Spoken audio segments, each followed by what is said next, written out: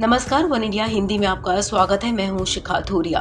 देश में कोयला संकट और कई राज्यों में ब्लैकआउट पर चिंताओं के बीच केंद्रीय कोयला मंत्री प्रहलाद जोशी ने मंगलवार को कहा कि देश में सोमवार को रिकॉर्ड कोयले की आपूर्ति हुई और कोल इंडिया और कोयला मंत्रालय देश की मांग को पूरा करने के लिए पूरी कोशिश कर रहे हैं।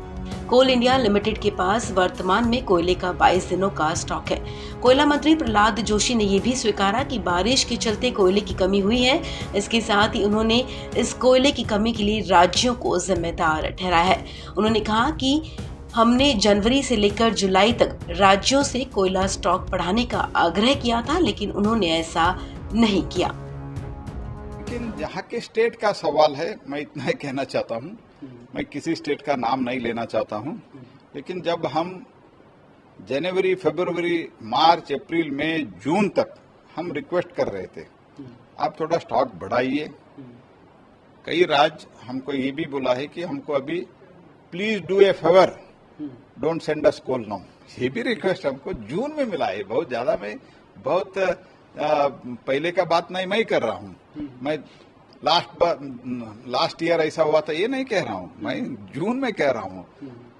जैसे बहुत राज्य है, मैं पॉलिटिक्स में बहुत राज्यों जो BJP non BJP rule state है, ऐसे तो कई उसमें स्टेटमेंट आए, सेंट्रल नहीं कर रहे ऐसे आए।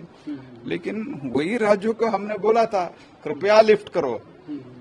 21,000 crores Coal India has to receive, but still we have continued our supply because हमारे पास 100 million ton, 99 point कुछ मिलियन टन हमारे पास कोयला स्टॉक में था, इसलिए हम बेचते ही रहे। लेकिन कई राज्यों ने ये कहा कि हमको मत भेजिए, we will not unload if you send.